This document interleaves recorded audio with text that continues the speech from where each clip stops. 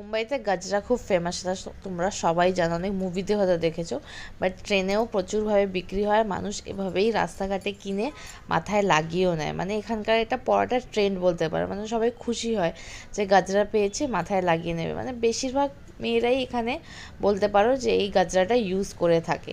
আমি লাগাই না, বিকজ এটা স্মেল আমার একদম সহ্য হয় না। বিকালবেলা সবাই মিলে চা খেতে বেরিয়েছিলাম, এখানে সবাই মিলে মারপিট করতে করতে আমরা চা খেতে গেছি। এত মজা হয় যে কি বলবো, যখন চারটে মেয়ে একই টাইপের ভাইবের সব বন্ধু বান্ধবরা একসাথে থাকে তখন মজা হয়। আজকে বিকালবেলা আমাকে দিব্যাঙ্গন মানে হ্যান্ডিক্যাপ মানে প্রতিবন্ধীর মানে কামরায় উঠতে হলো ট্রেনে, বিকজ অফ শ্বেতার জন্য। শ্বেতার খুব পেটে ব্যথা, খুব মানে লাস্টের দিকে খুব অসুস্থ হয়ে গেছিলো বলতে পারো। ওর আজকে থেকে আলাদা ব্যাচেলার লাইফ শুরু হচ্ছে, মানে ব্যাচেলারে থাকা শুরু করছিল বেচারি, বাট সেটা আর পসিবল হয়ে ওঠেনি। বাট ওর শরীরটা খুবই খারাপ হয়ে গেছে, তাই আমাকে অগত্যা এই